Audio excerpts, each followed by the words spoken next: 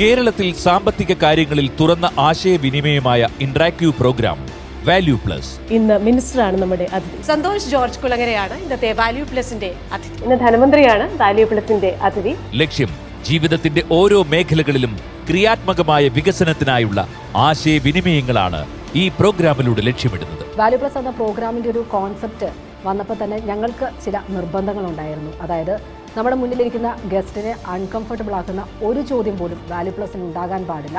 അതോടൊപ്പം തന്നെ ക്ലിക്ക് ബൈറ്റുകളോ വിവാദങ്ങളോ ഒന്നുമില്ലാതെ റീച്ച് നേടിയെടുക്കുക. ഇങ്ങനെ ചില നിർബന്ധങ്ങൾ ഞങ്ങൾക്കുണ്ടായിരുന്നു. അതിൻ്റെ പ്രധാനമായിട്ടുള്ള കാരണം എന്താണെന്ന് വെച്ചാൽ ഈ ക്ലിക്ക് ബൈറ്റുകളോ വിവാദങ്ങളോ ഒന്നും തന്നെ ജനങ്ങളുടെ ജീവിത നിലവാരത്തിൽ ഒരു മാറ്റവും ഉണ്ടാക്കാൻ പോകുന്നില്ല എന്ന് ഉറപ്പുള്ളത് കൊണ്ടാണ്. ഈ 100ാമത്തെ എപ്പിസോഡിൽ എത്തി നിൽക്കുമ്പോൾ ഞങ്ങൾക്ക് ഉറപ്പ് പറയാൻ പറ്റും അത് പാലിച്ചു തന്നെയാണ് ഇവിടെ വരെ എത്തിയതെന്ന്.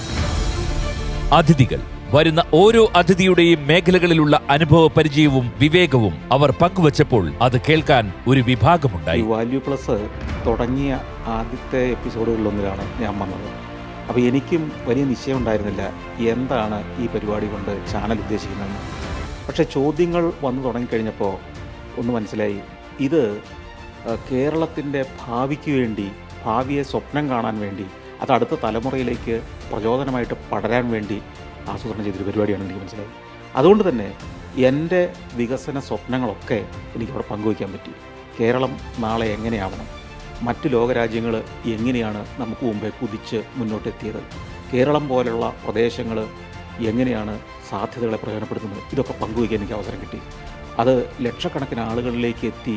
അത് കേരളത്തിലെ വലിയ തോതിലുള്ള ചർച്ചയ്ക്ക്, രാഷ്ട്രീയ മേഖലയിലും മാധ്യമ മേഖലയിലും പൊതുസമൂഹത്തിനിടയിലും ഒക്കെ വലിയ ചർച്ചയ്ക്ക് തുടക്കമിട്ടു എന്നുള്ളതും എനിക്ക് വളരെ സന്തോഷകരമായ കാര്യം. ശരിക്കും വാല്യൂ പ്ലസ് 100 എപ്പിസോഡ് ആയെന്നറിഞ്ഞതിൽ അതിലെ ഒരു ഭാഗമായ ആളെന്ന നിലയിൽ ഭയങ്കരമായ സന്തോഷമാണ്. അപ്പോൾ അതിന് എല്ലാവിധ ആശംസകളും. അത് ഇൻ്റർവ്യൂ ചെയ്യുന്ന ക്രിസ്റ്റീനയ്ക്കും 24 ചാനലിനും ഇതുപോലുള്ള ഗ്രേറ്റ് കണ്ടൻറ്റ്, അതായത് നേരത്തെ പറഞ്ഞ പോലെ മറ്റുള്ളവർക്ക് പ്രയോജനകരമാകുന്ന ഒരു കണ്ടൻറ്റ്, അല്ലെങ്കിൽ ആളുകൾക്ക് അറിയാൻ താല്പര്യമുള്ളവരുടെ ഒരു സ്റ്റോറി, ലൈഫ് സ്റ്റോറീസും ബിസിനസ് സ്റ്റോറീസും അല്ലെങ്കിൽ അവരുടെ കരിയറിലുണ്ടായ കാര്യങ്ങളൊക്കെ അറിയുമ്പോൾ ഉണ്ടാകുന്ന ഒരു കാര്യം വീണ്ടും വരികയാണ്. അപ്പോൾ 100ൽ നിന്ന് 1000-ഓളമായിട്ട് എത്തട്ടെ എന്നാണ് എന്നെപ്പോലുള്ള ആളുകൾക്കൊക്കെ പറയാനുള്ളത്. അപ്പോൾ all the best. Value plus എനിക്ക് ഹൃദയത്തോട് ചേർന്ന് നിൽക്കുന്ന ഒരു ഇൻ്റർവ്യൂ ആണ് എന്ന് വേണം പറയാൻ.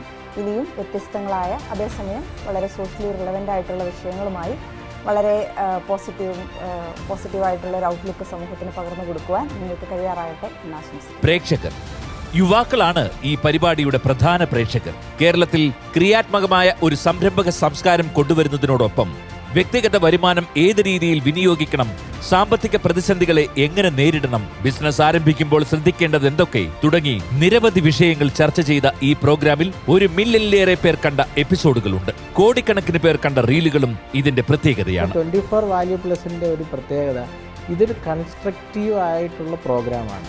അതായത് സമൂഹത്തിൽ എന്ത് മാറ്റം വരുത്താം, ആ മാറ്റങ്ങൾ ആവശ്യമുണ്ട്. അതിൻ്റെ ഉത്തരം എവിടെയാണെന്നുള്ളൊരു കണ്ടെത്തൽ ഈ ഇൻ്റർവ്യൂകളിലൊക്കെ ഉണ്ട്. ഇവരൊക്കെ എന്താണ്, ഇവരിലൂടെയൊക്കെ റിഫ്ലക്റ്റ് ചെയ്യുന്ന കാര്യങ്ങൾ മുഴുവൻ പോസിറ്റീവാണ്.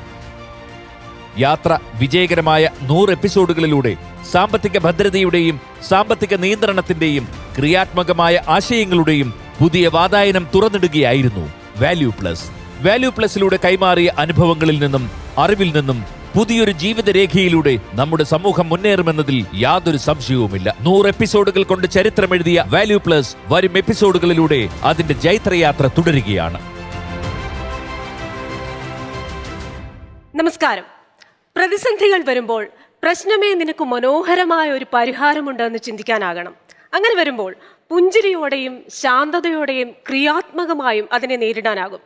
പറഞ്ഞത് അമേരിക്കൻ സംരംഭകനായ പോൾ ഹോവാങ് ആണ്. വ്യക്തികളുടെയും സമൂഹത്തിന്റെയും പ്രതിസന്ധികളിൽ പരിഹാരം അന്വേഷിക്കുക, അത് കണ്ടെത്തുക എന്ന വെല്ലുവിളി ഏറ്റെടുത്താണ് വാല്യൂ പ്ലസ് എന്ന പ്രോഗ്രാം ഞങ്ങൾ ആരംഭിക്കുന്നത്. പണ്ടുകാലങ്ങളിൽ മുന്നിൽ വരുന്നവരെ കീറി മുറിച്ച് മയക്കാതെ വേദനിപ്പിച്ച് ശസ്ത്രക്രിയ നടത്തി ജീവൻ രക്ഷിക്കുന്ന കാലമുണ്ടായിരുന്നു. എന്നാൽ ഇന്ന് മിനിമൽ ഇൻവേസീവ് സർജറികളുടെ കാലമാണ്.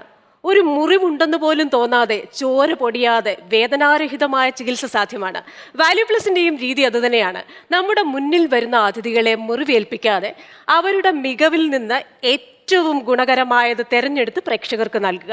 കഴിഞ്ഞ 99 എപ്പിസോഡുകളിലായി തങ്ങളുടെ വൈദഗ്ധ്യം നിങ്ങളിലേക്ക് എത്തിച്ച നിരവധി അതിഥികളുണ്ട്. ആ അതിഥികളെയും കട്ടയ്ക്ക് കൂടെ നിന്ന പ്രേക്ഷകരെയും നന്ദിപൂർവ്വം സ്മരിച്ചുകൊണ്ട് വാല്യൂ പ്ലസിന്റെ സെഞ്ചുറിയിലേക്ക്, വാല്യൂ പ്ലസ് അറ്റ് 100ലേക്ക് എല്ലാ പ്രിയപ്പെട്ട പ്രേക്ഷകർക്കും സ്വാഗതം. ഒരു 2020 മാച്ച് കാണുന്ന ബാറ്ററുടെ, അതിൽ സെഞ്ചുറി അടിച്ച ഒരു ബാറ്ററുടെ മനോഭാവത്തോടു കൂടിയാണ് ടീം വാല്യൂ പ്ലസ് നിങ്ങളുടെ മുന്നിലെത്തുന്നത്. നമ്മളുടെ അതിഥികളും വളരെ സ്പെഷ്യലാണ്. നമ്മുടെ ആദ്യത്തെ അതിഥി വിഴിഞ്ഞം ഇന്റർനാഷണൽ സീപോർട്ട് ലിമിറ്റഡിന്റെ MD ഡോക്ടർ ദിവ്യ എസ് അയ്യരാണ്.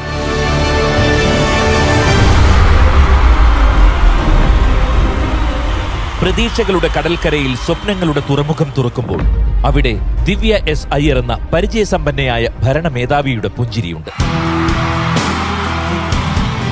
ജീവിതത്തിന്റെ സംഗീതം സിവിൽ സർവീസിന്റെ തിരക്കുകളിലും കൈവിടാത്ത ദിവ്യ എസ് അയ്യർ വിഴിഞ്ഞം രാജ്യാന്തര തുറമുഖത്തിന്റെ MD ആണ് ഇപ്പോൾ. ഗാനരചനയും ആലാപനവും നൃത്തച്ചുവടുകളും ഔദ്യോഗിക ചുമതലകളുടെ കർത്തവ്യബോധത്തിനൊപ്പം വ്യക്തിജീവിതത്തിന്റെ ഭാഗമാക്കിയ IAS-കാരിയാണ് ദിവ്യ എസ് അയ്യർ.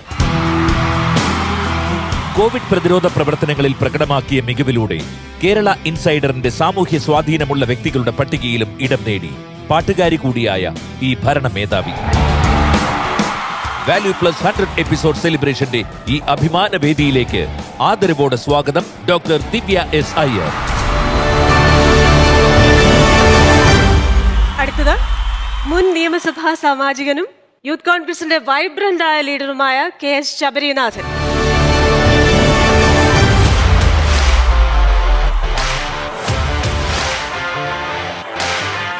ജീവിതത്തിന്റെ പ്രൊഫഷണലിസം രാഷ്ട്രീയത്തിലും കൈവിടാത്ത യുവ നേതാവ് KS ശബരിനാഥൻ. കേരള രാഷ്ട്രീയത്തിലെ ശ്രദ്ധേയമായ വ്യക്തിത്വം. G കാർത്തികേയന്റെ രാഷ്ട്രീയ പിൻഗാമിയായാണ് ഈ ഇലക്ട്രിക്കൽ എഞ്ചിനീയറിംഗ് MBA ബിരുദധാരി ജനമനസ്സുകളിൽ ഇടം നേടിയത്. തെരഞ്ഞെടുപ്പ് രാഷ്ട്രീയത്തിലേക്കുള്ള അരങ്ങേറ്റം തന്നെ കേരള നിയമസഭയിലേക്ക് കടന്നുവരാനുള്ള അവസരമാക്കി അരുവിക്കരയിൽ നിന്നുള്ള ഈ മുൻ MLA. മികച്ച നിയമസഭാ സാമാജികനുള്ള 2019 പുരസ്കാരത്തിനും പാർലമെന്ററി രാഷ്ട്രീയത്തിലെ പ്രവർത്തന മികവ് KS ശബരിനാഥനെ അർഹനാക്കി. രാഷ്ട്രീയ യുവത്വത്തിന്റെ പ്രതീകവും പ്രചോദനവുമായ KS ശബരിനാഥന് സ്നേഹാദരങ്ങളോടെ സ്വാഗതം. വാല്യൂ പ്ലസ് 100 എപ്പിസോഡ് സെലിബ്രേഷന്റെ ഈ അഭിമാന വേദിയിലേക്ക് സ്വാഗതം ശ്രീ KS ശബരിനാഥൻ. അടുത്തത് ജെയിൻ ഡീം ടു ബി യൂണിവേഴ്സിറ്റിയുടെ new initiative director doctor Tom Joseph ആണ്.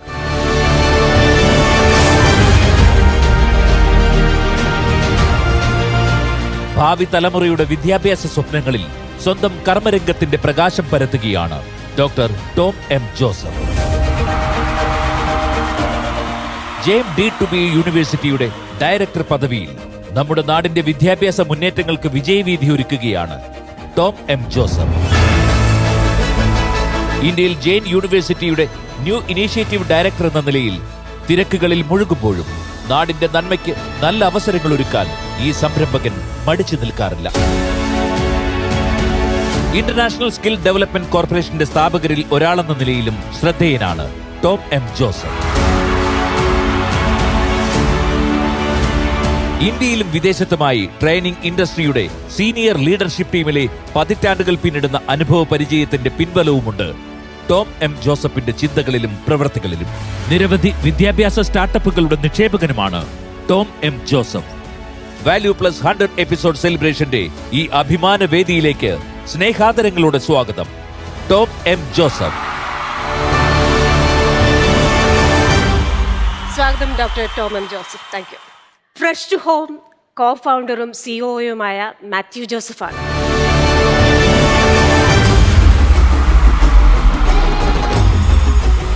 രാജ്യത്തെ ആദ്യ ഓൺലൈൻ മീൻ വിൽപ്പനയിലൂടെ ലോകത്തെ ഏറ്റവും വലിയ ഫ്രഷ് ഫിഷ് വിപണിയുടെ ഉടമയായി മാറിയ ബിസിനസ് സംരംഭകൻ മാത്യു ജോസഫ്.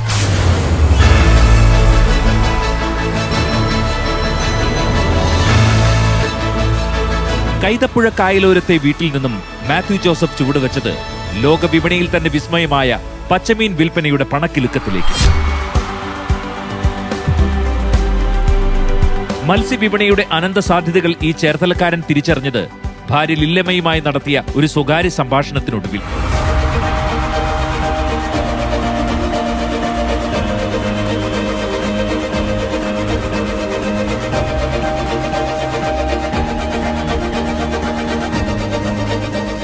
സ്വദേശത്തും വിദേശത്തും ഫ്രഷ് ഫിഷിന്റെ പര്യായമായി മാറിയ സ്വന്തം വ്യവസായ സംരംഭത്തിന് പ്രചോദനമായത് സീ ഫുഡ് വ്യവസായ മേഖലയിലെ 3 പതിറ്റാണ്ടിലേറെ നീണ്ട അനുഭവ പരിചയം.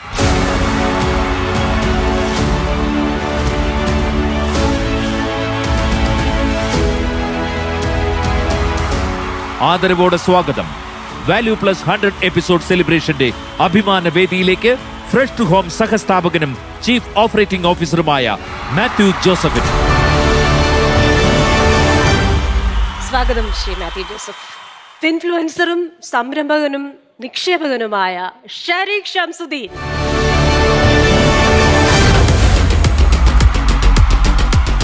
ഷാരിഖ് ഷംസുദ്ദീൻ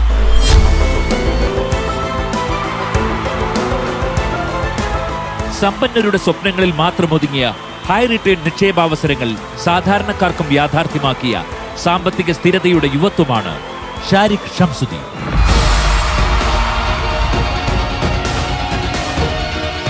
നിക്ഷേപാവസരങ്ങളുടെ വിശാല ലോകത്ത് സാധ്യമാക്കിയ സോഷ്യലിസമാണ് സാമ്പത്തിക രംഗത്ത് ഈ ചെറുപ്പക്കാരനെ വ്യത്യസ്തനാക്കുന്നത്.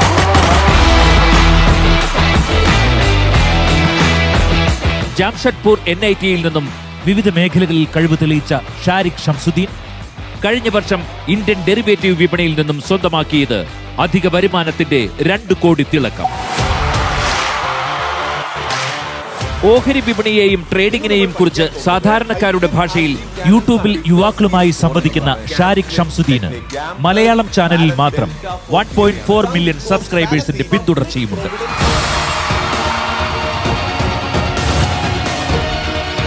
മാർക്കറ്റ് ഫീഡിന്റെ സ്ഥാപകനും സിഇഒയുമായ ഷാരിഖ് ഷംസുദ്ദീൻ 24 വാല്യൂ പ്ലസിന്റെ ആദ്യ എപ്പിസോഡിൽ അതിഥിയുമായെത്തി.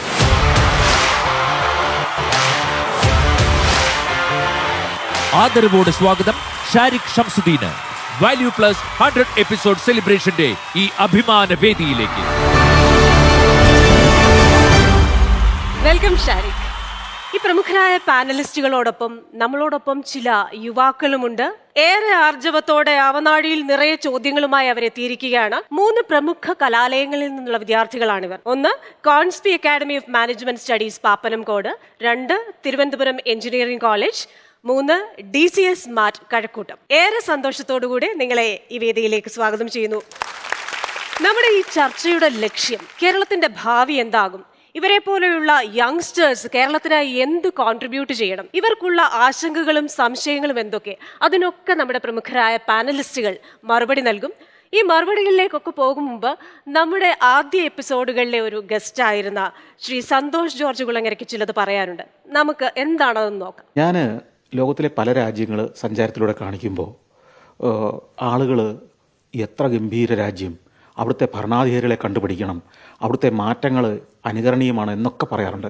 എന്തിനറിയാം, ഈ അടുത്ത കാലത്ത് ഇപ്പോൾ ഈ കഴിഞ്ഞ 3-4 എപ്പിസോഡുകളെ ആയിട്ടുള്ളൂ റുവാണ്ട, അവിടെ വലിയ മാറ്റങ്ങളുണ്ടായി എന്നൊക്കെ പറയുമ്പോഴും നമ്മൾ അറിയാതെ പോകുന്നൊരു കാര്യമുണ്ട്.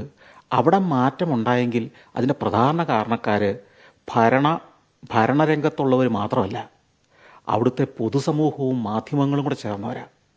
അവിടെ ഭരണാധികാരികൾ കർശനമായ ചില ഉപാധികളോടെയാണ് പല ഭരണപരിഷ്കാരങ്ങളും കൊണ്ടിരുന്നത്. ഉദാഹരണത്തിന് റോഡ് നിയമങ്ങൾ വളരെ കാർക്കശ്യമായിട്ടുള്ളതാണ്. വലിയ ഫൈനാണ് ഒരു നിയമലംഘനത്തിന്. നമ്മുടെ നാട്ടിൽ അങ്ങനെ വലിയൊരു ഫൈന് ഇൻട്രൊഡ്യൂസ് ചെയ്യുമ്പോൾ തന്നെ നമ്മൾ മുൻകൂട്ടി അതിനെ എതിർത്ത് തുടങ്ങുന്ന ഒരു സാഹചര്യമാണ്. നിയമം ലംഘിക്കാതിരുന്നാൽ ഫൈൻ ഉണ്ടാവില്ല എന്നുള്ള സാമാന്യ ബുദ്ധി മതി അവിടെയൊക്കെ. അപ്പോൾ നമ്മുടെ പൊതുസമൂഹത്തിനും വികസനത്തിൽ വലിയ പങ്ക് വഹിക്കാനുണ്ട്. അതായത് ഭരണാധികാരികൾ മാത്രമല്ല വികസനം കൊണ്ടിരുന്നത്, സമൂഹം ചേർന്നാണ്, എല്ലാവരും ചേർന്നാണ്. മാധ്യമങ്ങൾക്ക് അതിൽ പങ്കുണ്ട്, പ്രതിപക്ഷത്തിന് അതിൽ പങ്കുണ്ട്, വ്യവസായികൾക്ക് അതിൽ പങ്കുണ്ട്, സമ്പന്നർക്കും ദരിദ്രർക്കും അതിൽ പങ്കുണ്ട്. അപ്പം സമൂഹത്തിൻ്റെ എല്ലാ തുറയിലുള്ളവരും കൂടെ ഒന്നിച്ചു ചേർന്ന് ഒരു മനസ്സോടുകൂടി ചിന്തിച്ചെങ്കിൽ മാത്രമേ വികസനം ഒരു നാട്ടിലേക്ക് വരുള്ളൂ. ശ്രീ KS ശബരിനാഥൻ, നമ്മൾ ശ്രീ സന്തോഷ് ജോർജ് കുളങ്ങരയോട് ചോദിച്ച ചോദ്യം ഇതായിരുന്നു. അതായത് എപ്പോഴും ചേരി തിരിഞ്ഞ് നമ്മൾ പറയാറുണ്ട്, രാഷ്ട്രീയക്കാരെല്ലാം മോശമാണ്, ഭരണകർത്താക്കൾ മോശമാണ്, പ്രതിപക്ഷം മോശമാണ്, ജനങ്ങൾ ഇങ്ങനെ പറയുന്നു, മാധ്യമങ്ങൾ വേറൊരു വഴിക്ക് നിന്ന് ഇങ്ങനെയുള്ള കാര്യങ്ങൾ ചൂണ്ടിക്കാട്ടുന്നു. പക്ഷേ നമ്മൾ ആത്മവിമർശനപരമായി എടുത്തു കഴിഞ്ഞാൽ ജനങ്ങൾ മാറണം, മാധ്യമങ്ങൾ മാറണം, ഭരണപക്ഷം മാറണം, പ്രതിപക്ഷം മാറണം. അപ്പം നമ്മുടെ ഒരു കോൺസെപ്റ്റ് പറഞ്ഞു കഴിഞ്ഞാൽ പ്രതിപക്ഷം എപ്പോഴും ഭരണപക്ഷം ചെയ്യുന്നതിനെ എതിർത്തുകൊണ്ടിരിക്കണം, അല്ലെങ്കിൽ ഭരണപക്ഷം എപ്പോഴും ഈ വരുന്ന തലവേദനകളെ കൺട്രോൾ ചെയ്തുകൊണ്ടിരിക്കണം. ഭരണപക്ഷവും പ്രതിപക്ഷവും പൊതുജനങ്ങളും മാധ്യമങ്ങളും എല്ലാം ഒറ്റ ഒറ്റക്കെട്ടായി നിന്ന് വികസനത്തിന് വേണ്ടി വാദിക്കുന്ന ഒരു കേരളം, അതാണ് നമ്മുടെ സ്വപ്നത്തിലെ കിനാശ്ശേരി. ആ കിനാശ്ശേരിയിലേക്ക് നമുക്ക് എത്ര ദൂരമുണ്ട്? എന്താണ് നമുക്കത് സാധിക്കാത്തത്? അത് ഏത് രീതിയിൽ സാധിക്കും?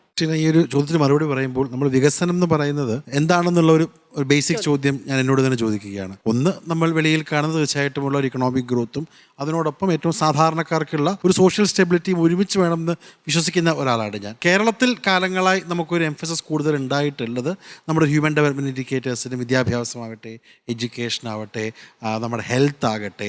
അപ്പോൾ അതിൽ നമ്മൾ വലിയ മാറ്റങ്ങൾ, സത്യം പറയുകയാണെങ്കിൽ കഴിഞ്ഞ ഐക്യകേരളം ഉണ്ടായ സമയം മുതൽക്ക് ഈ മാറി മാറി വന്ന സർക്കാരുകൾ, അത് ഇടതും വലതുമാണെങ്കിലും സോഷ്യൽ ബിഹേവിയറിൽ, ഹ്യൂമൻ ഡെവലപ്മെൻറ്റ് ഇൻഡിക്കേറ്റേഴ്സിൽ ആ പോളിസികൾ വലിയ മാറ്റം ഉണ്ടാക്കിയിട്ടില്ല എന്നുള്ളത് സത്യമാണ്. ഒരു കോൺഗ്രസ് ഭരണ സമിതിയോ അല്ലെങ്കിൽ ഒരു കമ്മ്യൂണിസ്റ്റ് ഭരണം കൊണ്ട് മാത്രം ഉണ്ടായിട്ടുള്ളതല്ല കേരളത്തിലെ വിദ്യാഭ്യാസ മുന്നേറ്റവും ആരോഗ്യ മുന്നേറ്റവും. നമ്മുടെ ആകെ മുഴുവനുള്ള HDIയും പല യൂറോപ്യൻ രാജ്യങ്ങളോടൊപ്പം കിടപിടിച്ചിരിക്കുന്നതിൻ്റെ കാരണം കഴിഞ്ഞ 60 വർഷമായിട്ടുള്ള ആ ഒരു സ്റ്റെബിലിറ്റിയാണെന്നുള്ള ഒരു പോയിന്റ് ഞാൻ ആദ്യം മേശപ്പുറത്ത് വെക്കും. പക്ഷെ അതിനോടൊപ്പം നിങ്ങൾ പറഞ്ഞതുപോലെ തന്നെ നമ്മുടെയുള്ള ഒരു അപ്ബ്രിങ്ങിങ്ങിൽ ബിസിനസ് തെറ്റാണ്, പണം തെറ്റാണെന്നുള്ള ഒരു ചിന്ത കേരളീയ സമൂഹത്തിൽ കാലങ്ങളായിട്ടുണ്ട്. അത് മാറിക്കൊണ്ടിരിക്കുന്ന ഒരു കാലമാണ്. തീർച്ചയായിട്ടും പുതിയ സ്ഥാപനങ്ങൾ വരണം, പുതിയ പ്രോജക്റ്റുകൾ വരണം, അതിൻ്റെ ട്രിക്കിൾ ഡൗൺ ഗുണം സാധാരണക്കാർക്ക് എത്തണം. അത്തരത്തിലുള്ള പ്രോജക്റ്റുകളിൽ ഭരണപക്ഷവും പ്രതിപക്ഷവും ഒരുമിച്ചിന്നത് മുന്നോട്ട് കൊണ്ടുപോകണം എന്നുള്ള പക്ഷക്കാരൻ തന്നെയാണ് ഞാൻ. പക്ഷെ അതിൽ തെറ്റുണ്ടെങ്കിൽ, പ്രശ്നങ്ങളുണ്ടെങ്കിൽ അത് ചൂണ്ടിക്കാണിക്കാനുള്ള ഏക അവസരമുള്ളത് ഒരു പ്രതിപക്ഷത്തിനാണ്.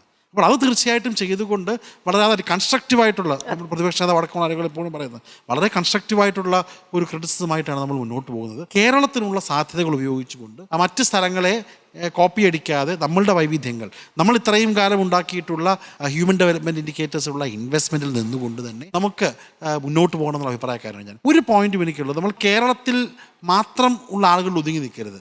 മലയാളികൾ കേരളത്തിൽ മാത്രമല്ലുള്ളത്, എത്രയോ വിദ്യാർത്ഥികൾ അടക്കമുള്ള ആളുകൾ ഇന്ത്യക്ക് വെളിയിൽ പഠിച്ചുകൊണ്ടിരിക്കുകയാണ്. അപ്പോൾ കേരളം എന്നുള്ളത് ഒരു ജിയോഗ്രഫിക്കൽ കൺസ്ട്രക്ഷനേക്കാൾ കൂടുതൽ നമ്മൾ ഈ ഗൂഗിൾ ക്ലൗഡ് എന്നൊക്കെ പറയുന്ന ഒരു ക്ലൗഡ് കൺസെപ്റ്റിൽ കാണണമെന്ന് ആഗ്രഹിക്കുന്ന ആളാണ് ഞാൻ. പക്ഷേ ഇവിടുത്തെ യുവാക്കളുടെ ആ ഒരു എനർജി യൂസ് ചെയ്യാൻ, ഈ പണം ഉണ്ടാക്കുന്നത് തെറ്റാണ്, ബിസിനസ് ചെയ്യുന്നത് തെറ്റാണെന്നുള്ള ആ ഒരു മൂഡ് പടം കേരളത്തിൽ മാറണമെന്നാണ് എൻ്റെ അഭിപ്രായം.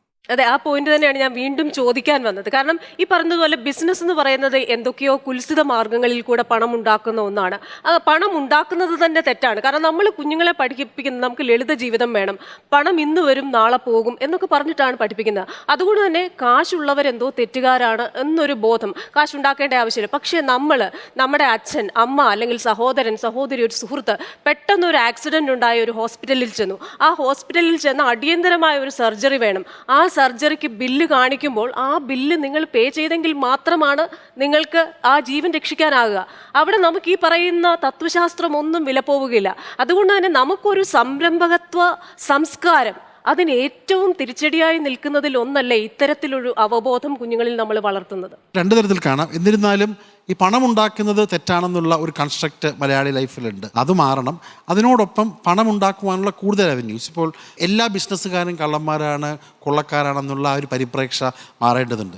ഇപ്പോൾ നമുക്കറിയാവുന്ന ഇപ്പം ഓൺലൈൻ രംഗത്ത് ഇപ്പോൾ ഷാരിഖിനെ അല്ലെങ്കിൽ അദ്ദേഹത്തെ പോലത്തെ ആളുകളൊക്കെ വളരെ കൃത്യമായിട്ട് സ്വന്തമായി പണം ഉണ്ടാക്കുന്നത് മാത്രമല്ല, ഇപ്പം ഞാൻ ഉദാഹരണം പറയാം, ഇവർ യഥാർത്ഥത്തിലൊരു ന്യൂ ജനറേഷൻ സോഷ്യലിസ്റ്റ് ആവശ്യിക്കുന്ന ഒരാളാണ് ഞാൻ. കാരണം എനിക്കറിയാം, എൻ്റെ കൂടെയുള്ള പല കോൺഗ്രസ് പ്രവർത്തകരോടൊക്കെ ചിലരൊക്കെ നിങ്ങൾ രാവിലെ എന്ത് ചെയ്യുന്നു, അപ്പോൾ അവർ രാവിലെ ട്രേഡ് ചെയ്യുകയാണ്. ഇപ്പോൾ 2 വർഷം മുമ്പ് ട്രേഡിങ് എന്താണെന്നിരുന്ന ആളുകൾ, എനിക്കറിയാവുന്ന ഇവിടെ ഇരിക്കുന്ന കുട്ടികളടക്കം പലരും ചെറിയ ഒരു 5000 രൂപയ്ക്ക് ട്രേഡ് ചെയ്ത് ഒരു 500 രൂപ ഉണ്ടാക്കും. അവർ പഠിക്കുകയാണ്. അപ്പോൾ അതിനുള്ള കൂടുതൽ എക്സ്പോഷർ കൊടുക്കാൻ ഇവരെ പോലത്തെ ആളുകൾ സഹായിക്കുന്നുണ്ട്. ബിസിനസ് വരുമാനം, അതിൽ നിന്നുണ്ടാകുന്ന റവന്യൂ ഒക്കെ നമ്മുടെ നാടിന് നല്ലതാണ്. എക്കാലവും കേരളം ഈ പറഞ്ഞ മദ്യത്തിൻ്റെ നികുതിയും ഗോൾഡിൻ്റെ നികുതിയും നമ്മുടെ റെമിറ്റൻസ് കൊണ്ട് മാത്രം നിൽക്കാൻ കഴിയില്ല. നമുക്ക് സ്ഥായിയായിട്ട് വേണം. നേരായ വഴിയുടെ പണം ഉണ്ടാക്കുന്നതും ആരെയും ബുദ്ധിമുട്ടിക്കാതെ, ആരെയും പറ്റിക്കാതെ പണം ഉണ്ടാക്കുന്നതും നല്ല കാര്യം തന്നെയാണ്. അത് സൊസൈറ്റിയിലേക്ക് തിരികെ പോവുകയാണെങ്കിൽ അത് കൂടുതൽ മാത്രമാകുന്നു. തീർച്ചയായിട്ടും നമ്മുടെ കുഞ്ഞുങ്ങൾ ശ്രദ്ധിക്കേണ്ട ഒരു കാര്യമാണ്. കാരണം നമ്മളിപ്പോഴും നമ്മുടെ സമ്പദ് വ്യവസ്ഥ കൂടുതലും മദ്യവും ലോട്ടറിയും ഒക്കെ ആശ്രയിച്ച് നിൽക്കുന്നതാണെന്ന് നിങ്ങൾക്കറിയാം. ആ വരുമാനമില്ലെങ്കിൽ നമ്മൾ പെട്ടുപോകുന്ന ഒരവസ്ഥയാണ്. മാത്രമല്ല, നമ്മുടേതൊരു ഉപഭോക്തൃ സംസ്ഥാനം എന്നാണ് അറിയപ്പെടുന്നത്. അതായത് എവിടെ നിന്നോ ഒക്കെ വരുന്ന സാധനങ്ങൾ കൺസ്യൂം ചെയ്യാനുള്ളവരാണ് നമ്മൾ. പക്ഷെ അത് മാറണം. നിങ്ങൾ വളർന്ന് ഇവിടെ തിരിച്ചൊരു സംസ്കാരം ഉണ്ടാക്കണം. ഒരു നിർമ്മാണ സംസ്കാരം ഇവിടെ വരണം. ഇതൊരു ഉൽപാദന കേന്ദ്രമായി മാറണം, സേവനങ്ങളുടെ ഒരു ഹബ്ബായി മാറണം. തീർച്ചയായിട്ടും നിങ്ങൾ ആ വഴിക്ക് ചിന്തിക്കും ഈ ചർച്ചയുടെ അവസാനത്തേക്ക് വരുമ്പോൾ എന്ന് ഞാൻ കരുതുന്നു. ഡോക്ടർ ദിവ്യ എസ്. അയ്യർ, നമ്മൾ ഒരു ചർച്ച നടത്തിയതാണ്. ആ ചർച്ചയിൽ വളരെ കൺസ്ട്രക്റ്റീവായിട്ട് ഈ വിഴിഞ്ഞം തുറമുഖം അത് ഏത് രീതിയിലാണ് കേരളത്തിന് വികസനം കൊണ്ടുവരിക, രാജ്യത്തേക്ക് വികസനം എത്തിക്കുക, ഒപ്പം തന്നെ തൊഴിൽ സൃഷ്ടി നൽകുക എന്നൊക്കെ നമ്മൾ സംസാരിച്ചു. അതിനുശേഷം ഒരു കടമ്പ കൂടി കടന്നിരിക്കുകയാണ് ആ ട്രയൽ റൺ. സാൻ ഫെർണാണ്ടോ എന്ന് പറയുന്ന പടുകൂറ്റൻ മദർഷിപ്പ് വന്ന് മടങ്ങിപ്പോയിരിക്കുന്നു. അപ്പൊ ഇത് മടങ്ങിപ്പോകുമ്പോൾ നമുക്ക് ഒരു പടി കൂടി ആത്മവിശ്വാസം കൂടിയിട്ടുണ്ടോ? വലിയ ഷിപ്പിംഗ് കമ്പനികൾ ഇങ്ങോട്ട് വരാനിരിക്കുകയാണ് എന്ന് കേൾക്കുന്നുണ്ട്. അപ്പോൾ ഈ ട്രയൽ റൺ കഴിയുമ്പോൾ നമുക്കുള്ള ആത്മവിശ്വാസം എത്രത്തോളമാണ്, അതേപോലെ തന്നെ അടുത്ത ഘട്ടങ്ങളിലേക്കുള്ള നമ്മുടെ ഒരു യാത്ര എത്രത്തോളം മുന്നോട്ട് പോകും?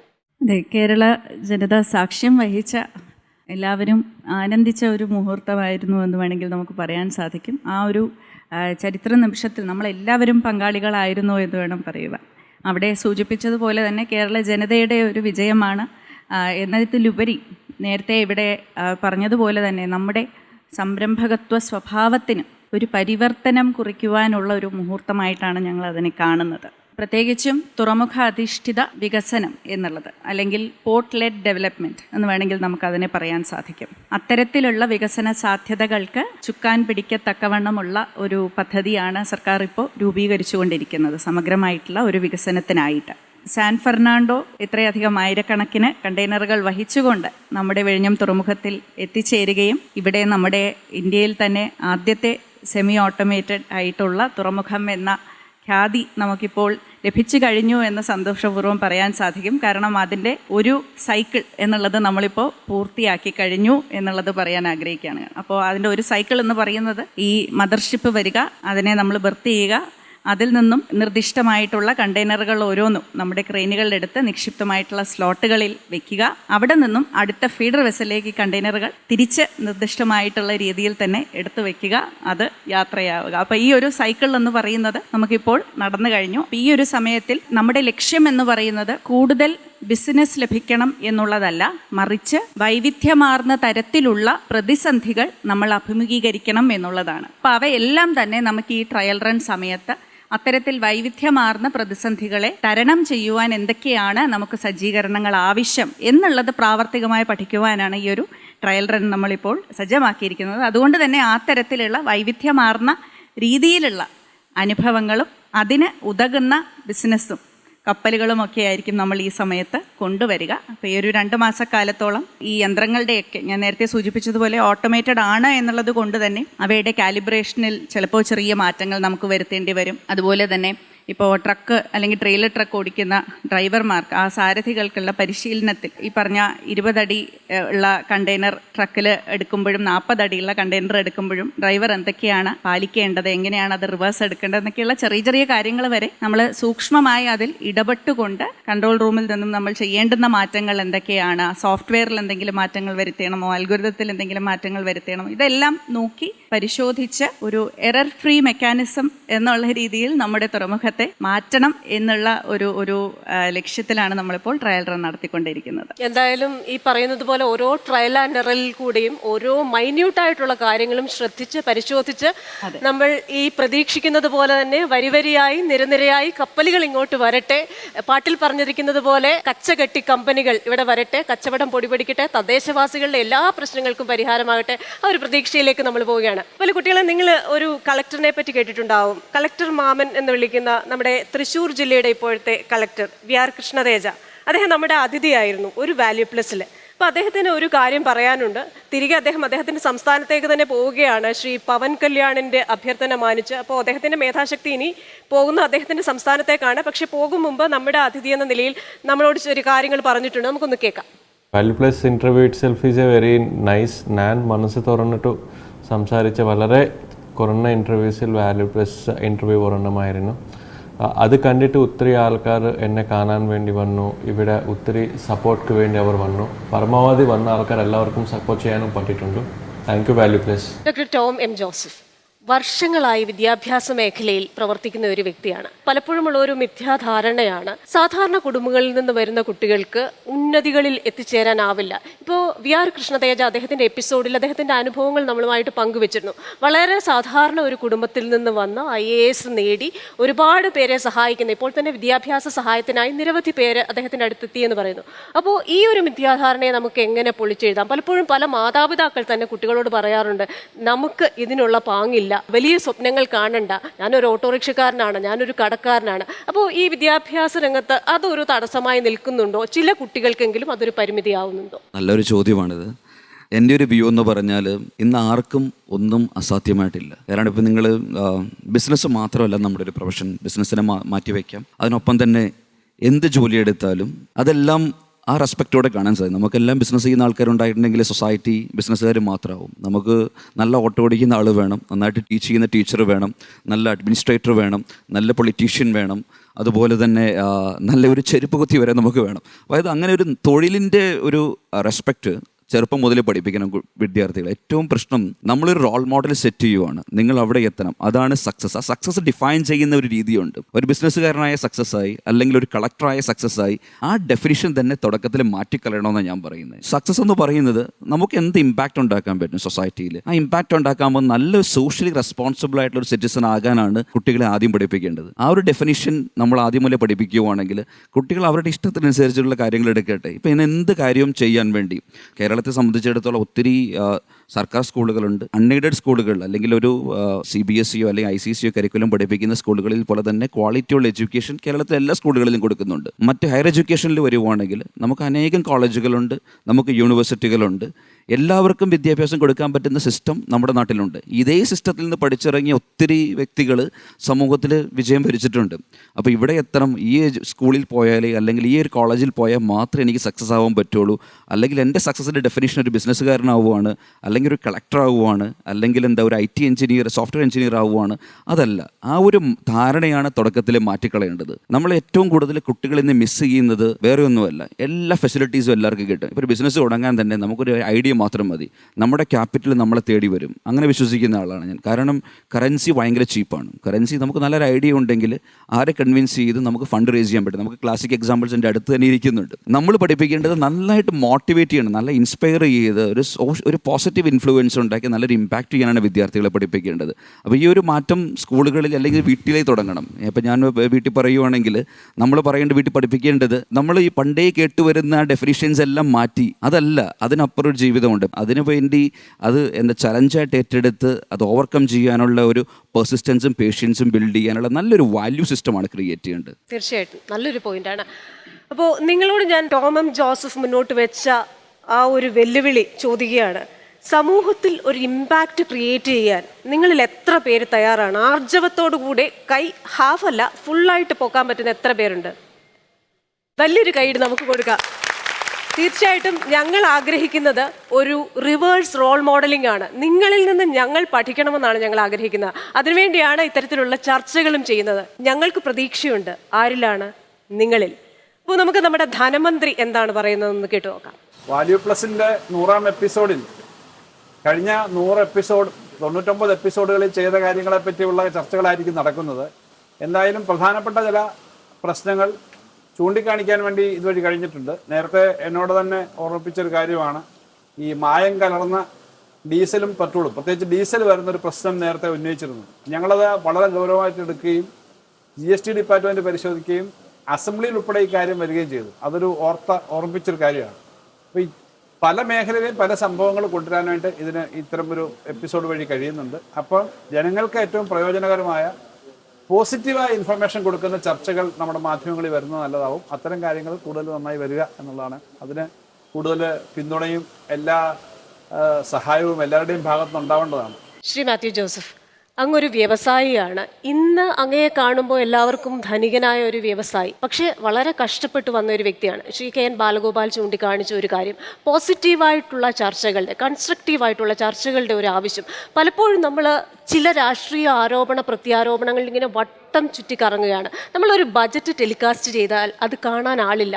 സാമ്പത്തിക കാര്യങ്ങൾ പറയാൻ ശ്രമിച്ചു കഴിഞ്ഞാൽ അത് കാണാൻ ആളില്ല. അങ്ങൊന്ന് ചിന്തിച്ചു നോക്ക്, കേരളത്തിലെ ഏതെങ്കിലും മാധ്യമങ്ങളിൽ ഒരു ബിസിനസ് വാർത്തയുണ്ടോ? അത് കേൾക്കാൻ ആളില്ലാത്ത ഒരവസ്ഥ. അപ്പോൾ നമുക്കിങ്ങനെ കൺസ്ട്രക്റ്റീവായിട്ടുള്ള ചർച്ചകൾ തീർച്ചയായിട്ടും ബിസിനസ് ലോകത്തു നിന്നല്ലേ അതിനൊരു ഇനീഷ്യേറ്റീവ് ഉണ്ടാകേണ്ടത്. ഞാൻ ഈ ചോദ്യത്തിൻ്റെ ഉത്തരത്തിലേക്ക് പോകുന്നതിന് മുമ്പ് വാല്യൂ പ്ലസിനെയും ടീമിനെ അഭിനന്ദിക്കുകയാണ്. കാരണം എന്താണെന്ന് വെച്ചാൽ നമ്മുടെ യുവതലമുറയ്ക്ക് കുറച്ച് നാളുകളായി ഒരു മാറ്റം സംഭവിക്കുന്നുണ്ട്, ഒരു അടിയുഴക്ക് നടക്കുന്നുണ്ട് നമുക്ക് കാണാത്ത. എനിക്കൊരു ജോലി വാങ്ങണം എന്നതിനപ്പുറത്തേക്ക് എനിക്ക് രണ്ടുപേർക്ക് ജോലി കൊടുക്കണം എന്നൊരു ചിന്താഗതിയിലേക്ക് ഈ യുവജനതയെ മാറ്റിയതിൽ വളരെയധികം പങ്ക് പല മാധ്യമങ്ങൾ വഹിച്ചിട്ടുണ്ട്. അതിലൊരു നല്ല പങ്ക് വാല്യൂ പ്ലസ് വഹിച്ചിട്ടുണ്ട്. അതുകൊണ്ട് തന്നെ ക്രിസ്റ്റീനയ്ക്കും നിങ്ങളുടെ ടീമിനെയും പ്രത്യേകം അഭിനന്ദിക്കുകയാണ്. ആ പ്രയോജനത്തിൻ്റെ ബാക്കി പത്രങ്ങളാണ് ഇവിടെ ഇരിക്കുന്ന യുവജനങ്ങൾ. ബിസിനസ്സുകാരെന്ന് പറയുമ്പോൾ ഒരു കാലഘട്ടത്തിന് പിന്നോട്ട് നോക്കിയാൽ ബിസിനസ്സുകാരെന്തോ സമൂഹത്തിൻ്റെ ശത്രുക്കളും ആരെയൊക്കെയോ ചൂഷണം ചെയ്ത് ജീവിക്കുന്നവരും എന്നൊരു ചിത്രം നമ്മുടെ മുമ്പിൽ ഉണ്ടായിരുന്നു. അപ്പം ഞാൻ തന്നെ ഇവിടെ വന്നിരിക്കുന്നു. അതിന് കാരണം അത്തരമൊരു മേഖല ഈ നാട്ടിൽ വളരേണ്ടത് എൻ്റെയും ഈ സമൂഹത്തിൻ്റെയും ആവശ്യമാണ് എന്ന തിരിച്ചറിവ് നമ്മുടെ സമൂഹത്തിൽ ഉണ്ടായിക്കൊണ്ടിരിക്കുന്നതിൻ്റെ തെളിവാണ്. അതുകൊണ്ട് തന്നെ ബിസിനസ്സുമായി ബന്ധപ്പെട്ട് ഞാനൊരു ബിസിനസ്സുകാരനാണ്, എനിക്ക് നിങ്ങളോട് ബിസിനസ്സുകാരനാകാനേ പറയാൻ പറ്റൂ. തീർച്ചയായും ഇവിടെ വളരെ വലിയ അവസരങ്ങൾ നമ്മുടെ മുമ്പിലുണ്ട്. അതുകൊണ്ട് തന്നെ അത്തരം അവസരങ്ങളിലേക്ക് നിങ്ങളെ നയിക്കേണ്ട അല്ലെങ്കിൽ നിങ്ങളെ അതിനെക്കുറിച്ച് ചിന്തിപ്പിക്കേണ്ട ബാധ്യത ബിസിനസ്സുകാരായ ഞങ്ങൾക്കുണ്ട്. അതുകൊണ്ട് തന്നെയാണ് ഞങ്ങളിവിടെ വന്നിരിക്കുന്നത്. എന്നെ സംബന്ധിച്ച് പറഞ്ഞാൽ ഇന്നിവിടെ എൻ്റെ മുമ്പിലിരിക്കുന്ന നിങ്ങളെക്കാളും വളരെ താഴ്ന്ന നിലയിലുള്ള ഒരു കുടുംബത്തിൽ നിന്ന് വന്നതാണ്. നമ്മളാണ് തീരുമാനിക്കേണ്ടത് ഞാൻ എവിടെ എത്തണം. നിങ്ങൾ തീരുമാനിച്ചാൽ ഒരു കാരണവശാലും അതിനുവേണ്ടി നിങ്ങൾ പ്രയത്നിക്കാൻ തയ്യാറായാൽ നിങ്ങൾക്ക് എത്തിപ്പെടാത്ത ദൂരങ്ങളില്ല എന്ന് വിശ്വസിക്കുന്ന ഒരാളാണ് ഞാൻ.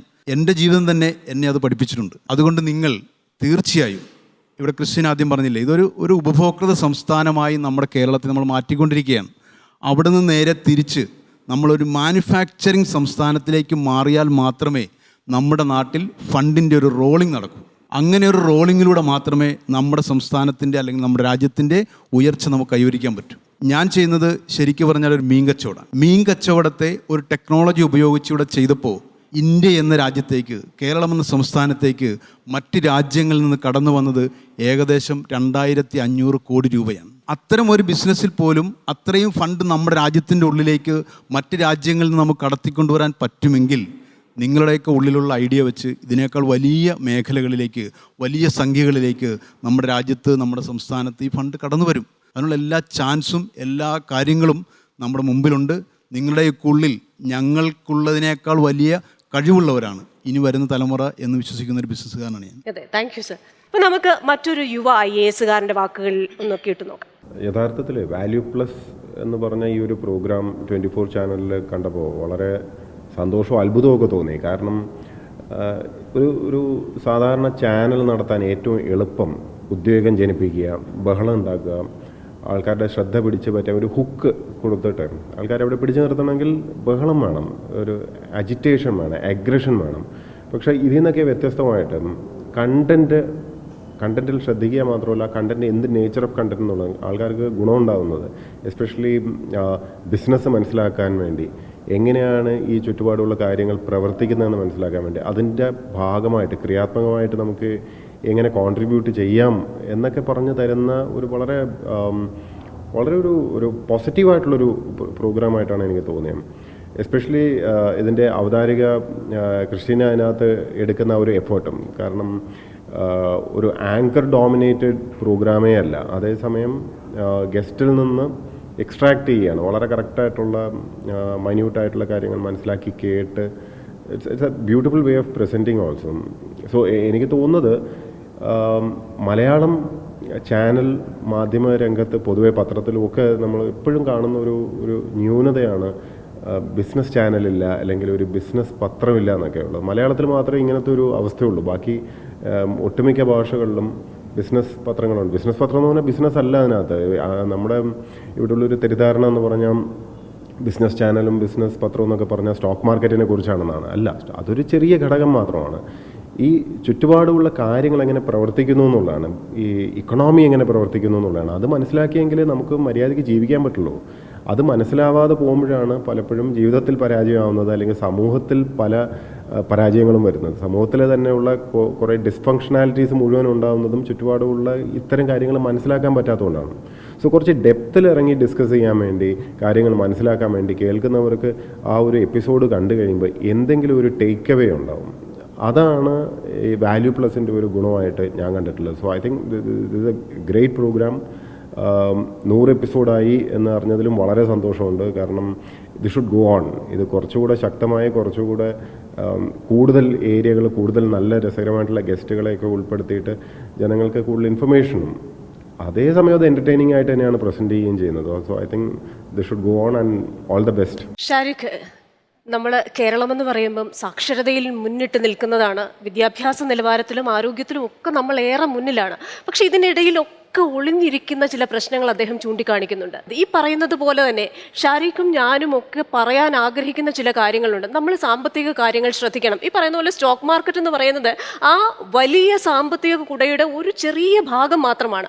അതിനപ്പുറമായിട്ട് റിസർവ് ബാങ്കിൻ്റെ പോളിസികളുണ്ട്, ബജറ്റുകളുണ്ട്, ഓരോ ദിവസവും വരുന്ന സാമ്പത്തിക നയങ്ങളുണ്ട്, വിഴിഞ്ഞം പോലെയുള്ള തുറമുഖങ്ങൾ വരുമ്പോൾ നമുക്കുണ്ടാകുന്ന വികസന സാധ്യതകളുണ്ട്, നമ്മുടെ രാഷ്ട്രീയ നേതാക്കൾ ചൂണ്ടിക്കാണിക്കുന്ന മറ്റു ചില സാധ്യതകളുണ്ട്. പക്ഷേ ഇതിലൊന്നും ശ്രദ്ധ വയ്ക്കാൻ ആൾക്കാർ തയ്യാറാകുന്നില്ല. ഓക്കെ, നമുക്ക് ഈ മുൻ തലമുറയെ അങ്ങ് വെറുതെ വിടാം. പക്ഷേ നമ്മുടെ മുമ്പിലിരിക്കുന്ന ഈ കുഞ്ഞുങ്ങൾ ഇത്തരത്തിലൊരു പോസിറ്റീവായിട്ടുള്ള, കൺസ്ട്രക്റ്റീവായിട്ടുള്ള പാതയിലേക്ക് വരണം. അവരുടെ ഒരു റെപ്രസെൻറ്റേറ്റീവ് എന്നുള്ള നിലയിൽ ഷാരിഖിന് എന്താ പറയാനുള്ളത്?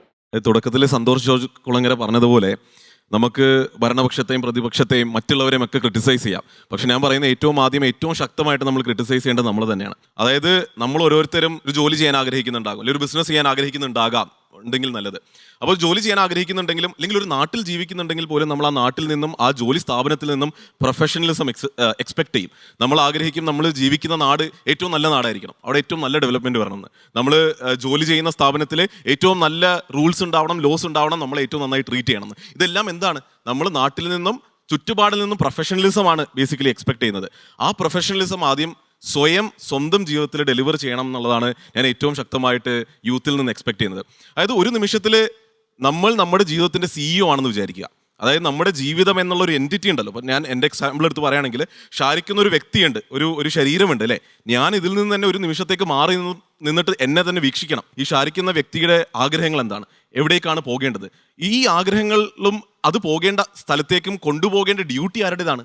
അത് പ്രൈമറിലി എൻ്റെ തന്നെയാണ്. ഇപ്പോൾ അതായത് നമ്മളെന്ന വ്യക്തിയിൽ നമുക്ക് പല പല കാര്യങ്ങൾ ചെയ്യേണ്ടതുണ്ടാവും. നമ്മുടെ മനസ്സിനകത്ത് നമ്മളിലെ ഒരു CEO എന്നൊരു ഘടകമുണ്ട്, അതുപോലെ മറ്റ് പല ഘടകങ്ങളുണ്ട്. പക്ഷേ ഈ CEO എന്നുള്ള ആ ഒരു പ്രൊഫഷണൽ ഘടകം പലപ്പോഴും കുട്ടികളിൽ മേ ബി കുറച്ച് സമയം കഴിയുമ്പോഴായിരിക്കും വരിക. പക്ഷെ അത് ആദ്യമേ വരണം എന്നുള്ളതാണ് എൻ്റെ ഏറ്റവും വലിയ ആസ്ക്. അത് വരുന്ന സമയം മുതൽ നമ്മൾ ചിന്തിച്ച് തുടങ്ങും. നമ്മുടെ സ്വന്തം സ്വപ്നങ്ങളിലേക്ക് എത്തണമെങ്കിൽ നമ്മൾ എന്ത് ചെയ്യണം അല്ലേ? നമ്മൾ അതൊരു ഫൈനാൻഷ്യൽ ഗോൾ ആയിരിക്കണം. അപ്പോൾ അതിലേക്ക് എത്തണമെങ്കിൽ നമ്മൾ എന്ത് പഠിക്കണം? അത് മറ്റുള്ളവർ പറഞ്ഞത് കേട്ടിട്ട് എന്തോ ഒരു ഫ്ലോയിലല്ല പോകേണ്ടത്. അതുകൊണ്ട് നമ്മൾ അത്രയും മെറ്റിക്കുലസ്ലി ചിന്തിച്ചിട്ടാണ് ഓരോ ഡിസിഷനും എടുക്കുക. അപ്പോൾ നമ്മുടെ ജീവിതത്തെ പറ്റിയും കുട്ടികൾ അങ്ങനെ ചിന്തിക്കേണ്ടതുണ്ട് അല്ലേ? എന്താണ് പഠിക്കേണ്ടത് അല്ലേ? എന്തിനാണ് പ്രിപ്പയർ ചെയ്യേണ്ടത്? ഏത് ജോലിക്കാണ് പോകേണ്ടത്? അങ്ങനെ ജീവിതത്തിലെ ഓരോ ഡിസിഷനും അത്ര സ്ട്രോങ്ലി, അത്ര കെയർഫുള്ളി, അത്ര പ്രൊഫഷണലി നമ്മൾ ഡിസൈഡ് ചെയ്യാൻ ആ ചിന്ത തുടങ്ങുമ്പോൾ മാറ്റങ്ങൾ ഉണ്ടാകും എന്നാണ് ഞാൻ വിശ്വസിക്കുന്നത്. ആ ചിന്തയില്ലാതെ ഫ്ലോയിൽ ജീവിച്ചു പോകുമ്പോഴാണ് പലപ്പോഴും ആ ഒരു ദിശാബോധമില്ലാത്ത ആ ഒരു അവസ്ഥയിലേക്ക് എത്തുന്നത്. അപ്പോൾ അതാണ് ഏറ്റവും വലിയ മാറ്റം ഞാൻ ആഗ്രഹിക്കുന്നത്. പക്ഷേ നമ്മൾ നേരത്തെ ബിസിനസ്സിനെ പറ്റി സംസാരിച്ചപ്പോൾ അവിടെ എനിക്ക് ഒരു തോട്ട് മുന്നിലേക്ക് വെക്കാനുള്ളത്, നമ്മൾ പറഞ്ഞു കേരളത്തിൽ തീർച്ചയായിട്ടും ഞാൻ യോജിക്കുന്നു, നമ്മളെന്നും സോഷ്യൽ ആസ്പെക്ട്സിനാണ് ഏറ്റവും importance Keralam as a state കൊടുത്തിരുന്നത്. ഹ്യൂമൻ ഡെവലപ്മെൻറ്റ് ഇൻഡെക്സിൽ ഏറ്റവും മുന്നിലാണ്. ഹെൽത്തിൻ്റെ ഏറെക്കുറെ ഏതൊരു മെട്രിക്സ് എടുത്ത് നോക്കിയാലും ഇന്ത്യയിലെ ഏറ്റവും ലീഡിംഗ് മെട്രിക്സ് മോർട്ടാലിറ്റി റേറ്റ് ആണെങ്കിലും ലോഞ്ചിവിറ്റി ആണെങ്കിലും എല്ലാത്തിലും ബെസ്റ്റാണ്. എഡ്യൂക്കേഷനിൽ ഏറ്റവും നല്ല നമ്പേഴ്സാണ്. ലിറ്ററസി റേറ്റ് ആണെങ്കിലും ഫൈനാൻഷ്യൽ ലിറ്ററസി ആണെങ്കിലും നാഷണൽ ആവറേജിനേക്കാളും ബെറ്ററാണ് ഇന്ത്യൻ ആവറേജ്. പക്ഷേ എക്കണോമിക് മെട്രിക്സിലേക്ക് വരുമ്പോൾ തീർച്ചയായിട്ടും നമ്മൾ എഗ്രി ചെയ്യാം കേരളം മോശമാണ് എന്നുള്ളത്. പക്ഷെ അവിടെ നമുക്ക് ക്രിറ്റിസിസം നമ്മുടെ യൂത്തിലേക്കും കുട്ടികളിലേക്കും കൊടുക്കുന്നതിന് മുൻപ് എനിക്ക് തീർച്ചയായിട്ടും ആ ക്രിറ്റിസിസം എങ്ങോട്ടാണ് കൊടുക്കേണ്ടത് എന്ന് ചർച്ച ചെയ്യേണ്ടതുണ്ട്. കാരണം ഞാൻ യോജിക്കുന്നില്ല കേരളത്തിൽ ഓൺട്രപ്രണർഷിപ്പിന്റെ ബിസിനസിന്റെ കൾച്ചർ ഇല്ല എന്ന് പറയുന്നതിനോട് ഞാൻ യോജിക്കുന്നില്ല. ചോയ്സ് കൊണ്ടായിരിക്കണം എന്നില്ല, എന്നാൽ നമ്മുടെ പൂർവികരെല്ലാവരും അല്ലെങ്കിൽ മോസ്റ്റ്ലി കച്ചവടക്കാരായിരുന്നു. ആ കച്ചവടക്കാർ കേരളത്തിന്റെ പുറത്ത് പോയിട്ട് UAE എന്ന് പടുത്തുയർത്തിയതിൽ മലയാളികൾക്കുള്ള പങ്ക് ചെറുതല്ല. നമ്മൾ നേരത്തെ മലയാളി ഡയസ്പോറ ക്ലൗഡ് ആയി എന്ന് പറയുന്നത് അബ്സല്യൂട്ട്ലി അമേസിങ് അല്ലേ? മലയാളികളാണ് ലോകത്തിന്റെ പല സ്ഥലങ്ങളിലേക്ക് പോയിട്ട് അമേസിങ് കാര്യങ്ങൾ ചെയ്തുകൊണ്ടിരിക്കുകയാണ് മലയാളികൾ. ഇന്ന് യൂണിക്കോൺസ് ലിസ്റ്റ് ഇന്ത്യയിൽ എടുക്കുകയാണെങ്കിൽ ഒരു ഉദാഹരണം നമ്മുടെ തൊട്ടടുത്തിരിക്കുകയാണ്. യൂണിക്കോൺ ലിസ്റ്റിൽ നോക്കിയാൽ മൾട്ടിപ്പിൾ മലയാളീസിന് നമുക്ക് എണ്ണാൻ പറ്റുന്നുണ്ട്. അപ്പോൾ ഞാൻ പറഞ്ഞു വരുന്നത്, കച്ചവടം ചെയ്യുക, ഓൺട്രപ്രണർഷിപ്പിലേക്ക് എത്തുക, ബിസിനസ് ചെയ്യുക എന്നുള്ള ആഗ്രഹം ഞാൻ വിശ്വസിക്കുന്നത് മലയാളികളിൽ ഒരു പരിധിവരെ ഉണ്ടായിരുന്നു. കേരളത്തിൽ വലിയ വ്യവസായങ്ങൾ ഉണ്ടായിട്ടുണ്ട്. കേരളത്തിൻ്റെ പുറത്ത് പോയിട്ട് മലയാളികൾ അതിലും വലിയ വ്യവസായങ്ങൾ പടുത്തുയർത്തിയിട്ടുണ്ട്. അപ്പോൾ തീർച്ചയായിട്ടും കേരളത്തിൽ ഓൺട്രപ്രണേഴ്സ് ഉണ്ടായിട്ടുണ്ട്, ഓൺട്രപ്രണർഷിപ്പിനോട് അഫിനിറ്റി ഉള്ള താല്പര്യമുള്ള സ്വപ്നം കണ്ടിരുന്ന ആൾക്കാരുണ്ടായിട്ടുണ്ട്. പക്ഷെ അത് കേരളത്തിൽ ചെയ്യാൻ പറ്റിയില്ല എന്നുള്ളതല്ലേ ഒരു വലിയ യാഥാർത്ഥ്യം. എഗെയിൻ ഞാൻ CEO എന്നുള്ള കഥയിൽ തിരിച്ചു വരുമ്പോൾ, ഒരാളുടെ ജീവിതത്തിലെ CEO ആയിരിക്കണം ഒരാളെന്ന് പറയുമ്പോൾ അതുപോലെ പ്രൊഫഷണലി റൺ കമ്പനി ആയിരിക്കേണ്ടേ ഒരു രാജ്യവും ഒരു സംസ്ഥാനവും. യെസ്, പ്രോഫിറ്റിന് ഒപ്റ്റിമൈസ് ചെയ്യാൻ പറ്റില്ല, ഒരു രാജ്യത്തിനെയും ഒരു സംസ്ഥാനത്തിനും ഫോർ പ്രോഫിറ്റ് ഓർഗനൈസേഷൻ ആകാൻ പറ്റില്ല, ഒരിക്കലും പറ്റില്ല. പക്ഷേ പ്രൊഫഷണലി റൺ ആകുന്ന എക്കണോമിക്സും അതിൻ്റെ ഫൈനാൻസസും വളരെ പ്രൊഫഷണലി മെറ്റിക്കുലസ്ലി ട്രാക്ക് ചെയ്ത് ഒരു രാജ്യവും ഒരു സംസ്ഥാനവും റൺ ആകേണ്ടേ. അത് നടക്കാതെ പോയതിന് തീർച്ചയായിട്ടും ഒരു ഇൻഫ്ലുവൻസ് ഉണ്ടാവില്ലേ കുട്ടികൾക്ക് അങ്ങനെ ചിന്തിക്കാൻ പറ്റാത്തതിൽ. ഇന്ന് നമ്മൾ ഫിസിക്കൽ ഡെഫിസിറ്റ് പറയുമ്പോൾ കേരളം ഏറ്റവും മോശമാണ് ഇന്ത്യയിൽ അല്ലേ. ഏറ്റവും വലിയ കടക്കണിയിലുള്ളത് കേരളമാണ്. റെമിറ്റൻസസ് ഇല്ല എങ്കിൽ 1.5 ലക്ഷത്തോളം കോടി രൂപയാണ് ഇന്ന് കേരളത്തിന്റെ റെമിറ്റൻസസ്. കേരളത്തിന്റെ GDPന്റെ 15-20% ആണ് റെമിറ്റൻസ്. ഇന്ത്യന്റെ national average 3.5%. പുറത്തുനിന്ന് പൈസ വരുന്നില്ലെങ്കിൽ, നേരത്തെ ക്രിസ്റ്റീന പറഞ്ഞതുപോലെ ലോട്ടറിയിൽ നിന്നും മദ്യത്തിൽ നിന്നും പുറത്തു നിന്നുമുള്ള മലയാളികൾ പൈസ കേരളത്തിലേക്ക് അയക്കുന്നില്ല എങ്കിൽ കേരളത്തിൽ പൈസ ഇല്ല. അതേസമയം അഗെയിൻ കേരളം എന്നുള്ള ആ ഒരു ഓർഗനൈസേഷനും പ്രൊഫഷണലി റൺ ആകുന്നുണ്ടോ എന്ന് ചിന്തിക്കുമ്പോൾ അപ്പോൾ എങ്ങനെ എനിക്ക് നേരിട്ട് കുട്ടികളെ ക്രിട്ടിസൈസ് ചെയ്യാൻ പറ്റുമെന്നൊരു തോട്ട് ഉണ്ട്. അപ്പോൾ അതിനെപ്പറ്റി ചർച്ച ചെയ്യണമെന്ന് ഞാൻ ആഗ്രഹിക്കുന്നുണ്ട്. ഷാരിക്ക്, ഇവിടെ ഒരു കാര്യം കൂടെയുണ്ട്. ആ വിഷയത്തിൽ ഷാരിക്കും അതേപോലെ തന്നെ മാത്യു ജോസഫ് സാറ് ഒരു മുതിർന്ന തലമുറയുടെ പ്രതിനിധി എന്ന നിലയിൽ ഉത്തരം പറയേണ്ടതായിട്ടുണ്ട്. ഇപ്പം ഈ കുഞ്ഞുങ്ങളെല്ലാം ഇപ്പോൾ ചിന്തിക്കുന്നത്, ഇപ്പോൾ ഷാരിക്ക് പറഞ്ഞു നിങ്ങളുടെ ജീവിതത്തിൻ്റെ CEO നിങ്ങളായിരിക്കണം, നിങ്ങൾ ഡിസിഷൻ എടുക്കണമെന്ന്. പക്ഷേ ഇവിടെ നമുക്കുള്ള ഒരു പരിമിതി എന്ന് പറയുന്നത് നമ്മുടെ സോഷ്യൽ കൺഫോമിറ്റീസ്. ഇപ്പം ഞാൻ ചെറുപ്പത്തിലുണ്ടായിരുന്നപ്പോൾ 1ാം ക്ലാസ്സിൽ പോകുമ്പം എങ്ങനെയുണ്ട് പഠിക്കുന്ന, ക്ലാസ്സിൽ ഫസ്റ്റ് ആണോ? അത് കഴിഞ്ഞ് നമ്മൾ ഹൈസ്കൂളിലോട്ട് പോകും, ഏത് വിഷയമാണ് +2 എടുക്കാൻ പോകുന്നത്, +2 കഴിയുമ്പം അടുത്തത് ഏത് ജോലിയിലേക്കാണ് പോകുന്നത്, അയ്യോ നിങ്ങൾ ഈ കോഴ്സാണോ എടുത്തത്, ഇതിന് എന്ത് സാധ്യതയാണ് ഉള്ളത്. അപ്പം നമ്മുടെ കാര്യത്തിൽ നമ്മൾ അറിയാതെ ഒരുപാട് പേര് നമ്മളോട് സ്വാധീനിച്ച് സ്നേഹം കൊണ്ടായിരിക്കാം. പക്ഷേ ഇവർ ഇതിനൊക്കെ ഉത്തരം പറയാനും ഇതിനെയൊക്കെ അതിജീവിക്കാനും ബാധ്യസ്ഥരാണ്. ഇത്തരം സോഷ്യൽ കൺഫോമിറ്റീസ് വരുമ്പോൾ അവരതിനെ എങ്ങനെ നേരിടണം? ഷാരിഖ് എങ്ങനെയാണ് നേരിടുന്നത്? സാറും ഒരു മാർഗം പറഞ്ഞു കൊടുക്കണം, വേണ്ടേ? നമ്മുടെ ഒരു സാമൂഹിക ചുറ്റുപാടിൻ്റെ പ്രശ്നമാണ്, പ്രത്യേകിച്ച് മലയാളികൾ. നമ്മളെല്ലാവരും ചിന്തിക്കുന്ന ഒരു കാര്യമുണ്ട്, ഞാനത് ചെയ്താൽ നാട്ടുകാരെന്ത് പറയും, അവരെന്ത് വിചാരിക്കും, അവരെന്തെങ്കിലും വിചാരിക്കട്ടെ. നമ്മൾ നമ്മുടെ ലക്ഷ്യവുമായി മുന്നോട്ട് പോകണം. നമ്മുടെ രാജ്യത്തിൻ്റെ നിയമങ്ങൾക്ക് ശരിയായതും നമ്മളെ മനസാക്ഷി കൃത്യവുമായ കാര്യങ്ങളിലാണ് മുന്നോട്ട് പോകുന്നതെങ്കിൽ പിന്നെ എന്തിനാണ് നമ്മൾ മറ്റുള്ളവരെ ഭയക്കുന്നത്? നിങ്ങൾക്കിന്ന് പഴയ കാലമല്ല. സ്വന്തം ഇഷ്ടത്തിൻ്റെയും സ്വന്തം താല്പര്യത്തിൻ്റെയും പിന്നാലെ പോകാനും അത് നിവർത്തിക്കാനുമുള്ള എല്ലാ സാധ്യതകളും ഇന്ന് നമ്മുടെ സംസ്ഥാനത്തുണ്ട്, ഇല്ല എന്ന് പറയാൻ പറ്റില്ല. നിങ്ങളിൽ ഉണ്ടായിട്ടുള്ള മാറ്റം വളരെ വലുതാണ്. അതുകൊണ്ട് നിങ്ങൾ നിങ്ങളുടെ സ്വപ്നത്തിൻ്റെ പിന്നാലെ പോകണം. അല്ലാതെ ആരെങ്കിലും എന്തെങ്കിലും പറഞ്ഞോട്ടെ എന്ന രീതിയിൽ, അല്ല അവരെന്ത് പറയും എന്ന് വിചാരിച്ചൊന്നും നമ്മളൊന്നിനെയും മാറ്റി നിർത്തരുത്. അതിന് തീരുമാനമെടുക്കേണ്ടത് ഇപ്പോൾ ക്രിസ്റ്റീന പറഞ്ഞ പോലെ നിങ്ങൾ ശക്തമായ തീരുമാനം എടുക്കണം. ഞാൻ ഒരു കമ്പനിയിൽ ജോലി ചെയ്തിരുന്ന ആളാണ്. ജോലി ചെയ്ത് കഴിഞ്ഞപ്പോൾ എൻ്റെ ചാച്ചനന്ന് ചേർത്തലൊരു ചെറിയ കൺസൾട്ടൻറ്റ് ഫേമുണ്ട്, സെയിൽ ടാക്സിൻ്റെ, നമ്മുടെ മലയാളത്തിൽ വേണമെങ്കിൽ കണക്കപ്പിള്ള എന്ന് പറയാം. അപ്പോൾ എന്നോട് എല്ലാവരും പറഞ്ഞു, നീ അവിടെ പോയിരിക്കണം, നീ കൂടി അവിടെ പോയി അത് വലുതാകും, ഇപ്പോൾ 100 കടക്കാരുള്ളത്, നീ കൂടി ചെന്ന് 1000 കടക്കാർ വരും, നിങ്ങൾക്ക് അവിടെ ചെയ്യാം. പക്ഷേ എൻ്റെ തീരുമാനം അതല്ലായിരുന്നു. എൻ്റെ തീരുമാനത്തിൻ്റെ പിന്നാലെ ഞാൻ പോയത്. ചിലരൊക്കെ പിണങ്ങിയിട്ടുണ്ട്, ഇല്ലെന്ന് പറയുന്നില്ല, ബന്ധുക്കളൊക്കെ എന്നെ ഉപദേശിച്ചിട്ടുണ്ട്, ഇതൊക്കെ ഉണ്ടാവും ഇതിനകത്ത്. പക്ഷെ നമ്മളുടെ തീരുമാനത്തിൻ്റെ പിന്നാലെ പോകണം. ഒരു കാരണവശാലും ആരുടെയും ഉപദേശം കേട്ടോ നല്ലതാണ്, സ്വീകരിക്കാം. പക്ഷേ നമ്മളുടെ തീരുമാനത്തിൻ്റെ പിന്നാലെ നിങ്ങൾ പോകണം. ആരെങ്കിലും എന്തെങ്കിലും പറഞ്ഞാലും ആരെങ്കിലും എന്തെങ്കിലും വിചാരിച്ചാലും നാളെ ഒരു കാലത്ത് ഇന്ന് എന്നോട് അന്ന് ചെയ്യേണ്ടെന്ന് പറഞ്ഞവർ പോലും ഇന്ന് തന്നെ അംഗീകരിക്കുന്നുണ്ട്. അപ്പം നമ്മൾക്കത് പ്രൂവ് ചെയ്യാൻ പറ്റുമെന്ന് ഉറപ്പുണ്ടെങ്കിൽ നിങ്ങൾ നിങ്ങളുടെ വഴിയെ സഞ്ചരിക്കണം എന്നതാണ് എനിക്ക് പറയാനുള്ള ഉത്തരം. Tom Joseph, in addition to that, അപ്പോൾ നമ്മുടെ ഒരു സമൂഹത്തിൽ നമ്മളെല്ലാവരും സാമൂഹ്യ ജീവികളാണല്ലോ. അപ്പോൾ ഇങ്ങനെ സമൂഹത്തിൽ ജീവിക്കുമ്പോൾ നമുക്ക് നമ്മുടെ കുടുംബത്തെ നിർത്തണം, നമ്മുടെ ചുറ്റുപാടുമുള്ളവരെ നിർത്തണം, നമുക്കും നിൽക്കണം. അപ്പോൾ ഈ കുട്ടികൾ ഈ പറയുന്നത് പോലെയുള്ള തീരുമാനങ്ങൾ എടുക്കുമ്പോൾ ഒരു താന്തോന്നി അല്ലെങ്കിൽ ഒരു ധാർഷ്ട്യക്കാരൻ എന്ന പേര് വരുത്താതെ അവർക്ക് എങ്ങനെ നമ്മുടെ സമൂഹത്തെ ഇക്കാര്യങ്ങൾ ബോധ്യപ്പെടുത്താം? ഇന്നത്തെ സൊസൈറ്റിയിൽ ഒരു താന്തോന്നിയോ ദാർഷ്ട്യക്കാരനോ ഉണ്ടെങ്കിൽ സൊസൈറ്റി തന്നെ കറക്റ്റ് ചെയ്യുന്നൊരു സിസ്റ്റം എത്തിക്കഴിഞ്ഞു. അപ്പോൾ ഒരാൾക്കും താന്തോന്നിയായിട്ട് വർഷങ്ങളോളം ജീവിക്കാനോ ഈവൻ ദിവസങ്ങളോളം പോലും ജീവിക്കാൻ പറ്റില്ല. അത് മാത്രമല്ല, നമ്മൾ ബീങ് എ സോഷ്യൽ ആനിമൽ, നമ്മൾ ബാക്കിയുള്ളവരുടെ, നമ്മൾ പറയാൻ എംപതി എന്ന് പറയും, ബാക്കിയുള്ളവരുടെ നമ്മൾ എന്താണോ നമ്മൾ ആഗ്രഹിക്കുന്നത്, നമ്മുടെ ഫ്രീഡം, നമ്മൾ എന്തും എൻജോയ് ചെയ്തോട്ടെ, നമുക്ക് നമ്മുടെ മനുഷ്യനെല്ലാം എൻജോയ് ചെയ്യാനുള്ളതാണ്. മറ്റുള്ളവരുടെ സ്വാതന്ത്ര്യത്തെ തടസ്സപ്പെടാതെ അത് എൻജോയ് ചെയ്യാനുള്ള റൈറ്റ് എല്ലാ ഹ്യൂമൻ ബീയിങ്ങിനും ഉണ്ട്. അതാണ് നമ്മൾ എഡ്യൂക്കേഷൻ പഠിപ്പിക്കേണ്ടത്. ഞാനിപ്പോൾ കോളേജിൽ വരുന്നവരോട് നിങ്ങൾ മദ്യപിക്കരുത്, സിഗരറ്റ് വലിക്കരുതെന്ന് പറഞ്ഞിട്ട് യാതൊരു കാര്യമില്ല. കാര്യം പറഞ്ഞ ഈ ആൾക്കാരിൽ 50-30%, 40% കുട്ടികളും ഇതെല്ലാം ചെയ്യും. നമ്മളവിടെ പഠിപ്പിക്കേണ്ടത് എങ്ങനെ സോഷ്യലി റെസ്പോൺസിബിൾ ആകാമെന്ന് പഠിപ്പിക്കേണ്ടത്. മറ്റുള്ളവരുടെ സ്വാതന്ത്ര്യത്തെ അല്ലെങ്കിൽ മറ്റുള്ളവരുടെ സന്തോഷത്തെ നശിപ്പിക്കാത്ത രീതിയിൽ നിങ്ങൾ എങ്ങനെ ജീവിക്കാം, അതാണ് നമ്മൾ ടീച്ച് ചെയ്യേണ്ട കാര്യം. നമ്മൾ പഠിപ്പിക്കുന്ന പഴയ ഒരു സിസ്റ്റമുണ്ട്, നമ്മൾ വർഷങ്ങളായിട്ട് നമ്മൾ സ്കൂളുകളിലും കോളേജുകളിലും പഠിപ്പിക്കുന്ന സിസ്റ്റമുണ്ട്. ആ സിസ്റ്റം ഒന്ന് മാറ്റണം. ഇപ്പോൾ പല യൂണിവേഴ്സിറ്റികളിലും ഞാൻ യു കെയിൽ പഠിച്ച ഒരാളാണ്. ഞാൻ യൂണിവേഴ്സിറ്റി പബ് ഉണ്ടായിരുന്നു, യൂണിവേഴ്സിറ്റി സ്മോക്കിംഗ് സോൺ ഉണ്ടായിരുന്നു. എന്ന് വെച്ച് യൂണിവേഴ്സിറ്റി നമ്മുടെ റോഡിൽ ചെല്ലുമ്പോൾ എല്ലാവരും കള്ളു കുടിച്ച് കിടക്കുന്ന ആയിരക്കണക്കിന് വിദ്യാർത്ഥികൾ ആ റോട്ടിലില്ല.